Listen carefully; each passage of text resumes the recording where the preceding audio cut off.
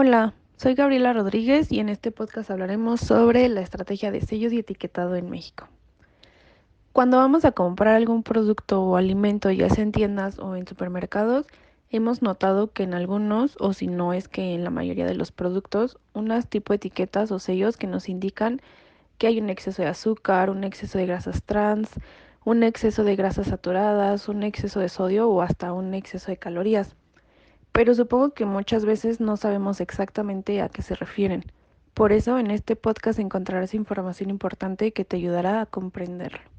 Desde el 2020 en México se implementó, junto a la norma oficial mexicana 051, las especificaciones generales del etiquetado en alimentos y bebidas no alcohólicas preenvasados, lo cual en teoría nos ayuda a conocer qué es lo que estamos consumiendo o conocer cuáles son aquellos ingredientes que si nosotros consumimos de una manera excesiva nos puede causar algún riesgo a nuestra salud.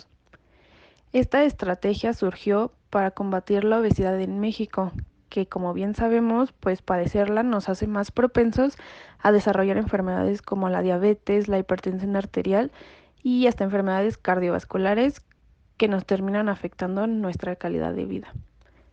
Hablemos entonces sobre estos lineamientos y cómo impactan en nuestra vida como consumidor.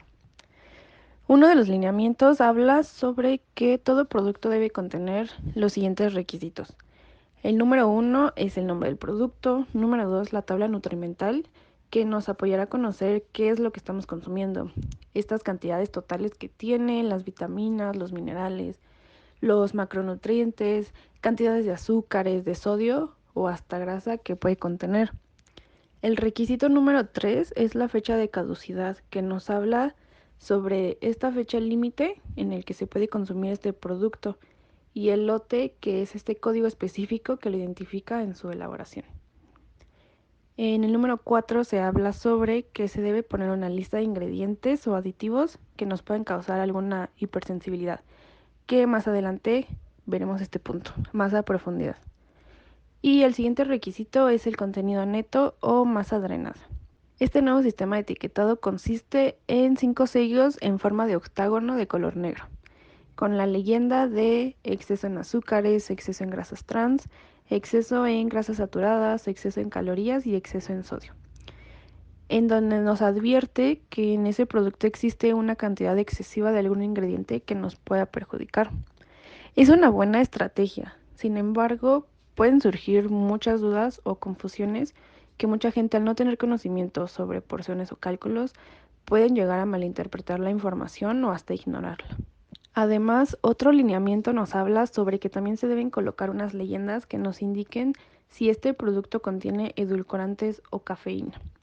Según con la norma oficial mexicana, la NOM 051, los productos que mínimo contengan un sello o la leyenda de que contiene edulcorantes o cafeína no deben incluir ni personajes infantiles, ni deportistas, ni mascotas, ni celebridades, o mucho menos animaciones, ya que pueden incitar o fomentar su consumo en los niños. Esto a mí me parece una gran idea porque muchas veces cuando antes iba al súper reconocíamos los productos por el personaje o el dibujo. Los niños se familiarizaban con estos personajes creando una adicción o un gusto excesivo por productos que contienen una alta cantidad de azúcar, de sodio o de grasas. Esto facilitaba que con ese consumo excesivo pues terminaran desarrollando un sobrepeso o hasta una obesidad. Esta norma también recalca que en todos los productos se debe de incluir una lista de ingredientes. En mi opinión es muy importante ya que existen bastantes personas que son sensibles o intolerantes, incluso pueden ser alérgicos a algunas sustancias y pues debemos saber si están expuestos a desarrollar alguno de los problemas antes mencionados. Estos alimentos deben estar en letras negritas a un lado de los ingredientes y también se debe de especificar si el alimento envasado corrió el riesgo de haber sido contaminado por alguno de estos ingredientes hipersensibles y poner la frase puede contener. Me parece útil y muy bien planteado este punto, sin embargo, la gente muchas veces no conoce que existe esta información en los productos y si se suma que estas advertencias están en letras muy pequeñas, pues menos se darán cuenta. Yo propondría que se educara a la población, es decir, que expliquemos a nuestra población qué alimentos nos pueden causar alguna molestia, cuáles son esas molestias o los síntomas que pueden causarnos, platicarles qué es la contaminación cruzada y que aunque el alimento no forzosamente estuvo en contacto directo con ese alimento que nos puede causar alguna molestia, pues existe ese riesgo de utilizar máquinas o instrumentos que antes los haya manipulado y pueden quedar trazas.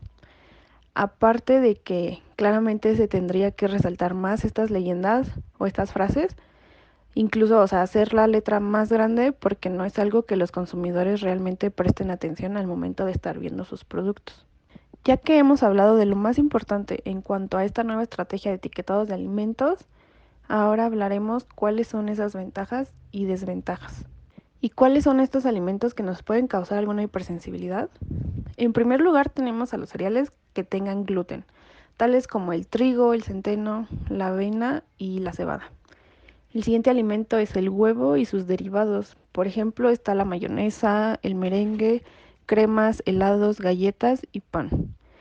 En tercer lugar tenemos a los moluscos. Le sigue el cacahuate. En quinto lugar tenemos a la soya y sus productos, que uno muy conocido es el tofu. Nuestro siguiente alimento es la leche y sus derivados, que conocemos bastante bien, los cuales son la mantequilla, el queso, el requesón, la crema, el helado y el yogur. Por último, están las nueces de árboles y sus derivados, como lo son la almendra, avellanas, nueces de la India, castañas y macadamias. Dentro de las ventajas podemos recalcar que estos lineamientos nos ayudan a conocer qué estamos consumiendo al nosotros poder checar la tabla nutrimental. Si somos personas que tienen alguna intolerancia, hipersensibilidad o alergia, basta con solo checar los ingredientes para poder prevenir alguna situación. Además, nosotros al poder ver estos sellos podemos tener el control de lo que consumimos.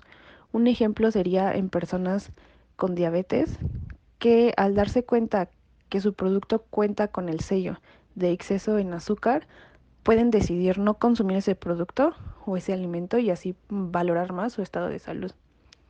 Para las personas que estamos en planes nutricionales o haciendo un cambio a nuestra alimentación, nos sirve mucho leer estos ingredientes o las cantidades porque así podemos saber qué es lo que estamos consumiendo o si estamos consumiendo más nutrientes que azúcares o grasas saturadas o grasas trans. Y también podemos tener ese control sobre lo que compramos.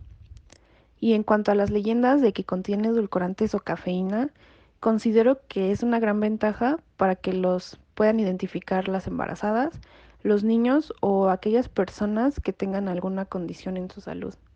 Ahora, dentro de las desventajas, muchas veces la gente no tiene suficiente conocimiento para entender qué es el azúcar, qué efectos negativos nos puede traer el consumo excesivo de grasas trans o saturadas, incluso desconocen cuáles son los alimentos procesados, entre otras cosas.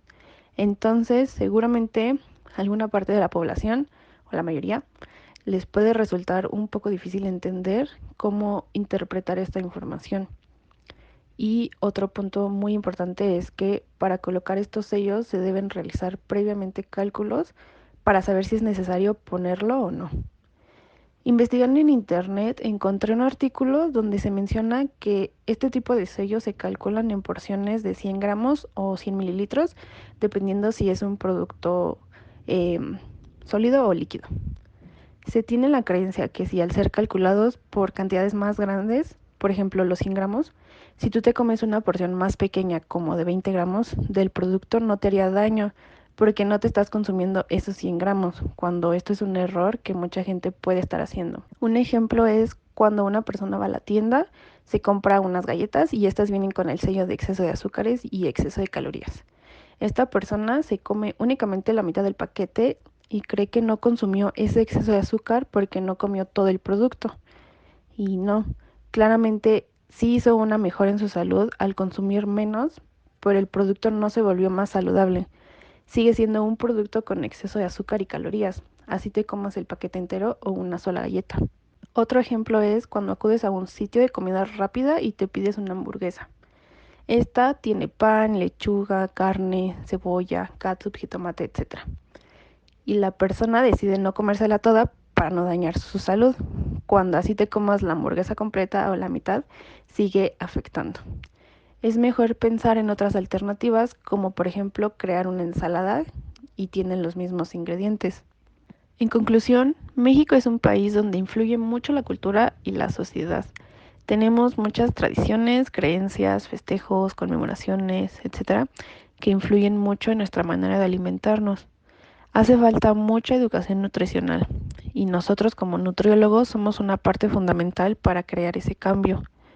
Debemos relacionarnos más con las personas que están a nuestro alrededor, pensando en modificar esos hábitos o simplemente informar a la población sobre aspectos muy básicos, desde qué es el azúcar, qué nutrientes existen, cómo estos nos benefician, la importancia de llevar una actividad física, de acudir con un nutriólogo, de que no tengan esta mentalidad de que hacer una dieta es restricción de comida o castigo, sino todo lo contrario, y que se puede adaptar 100% a las necesidades o gustos del paciente sin que esto perjudique a su salud o su vida cotidiana.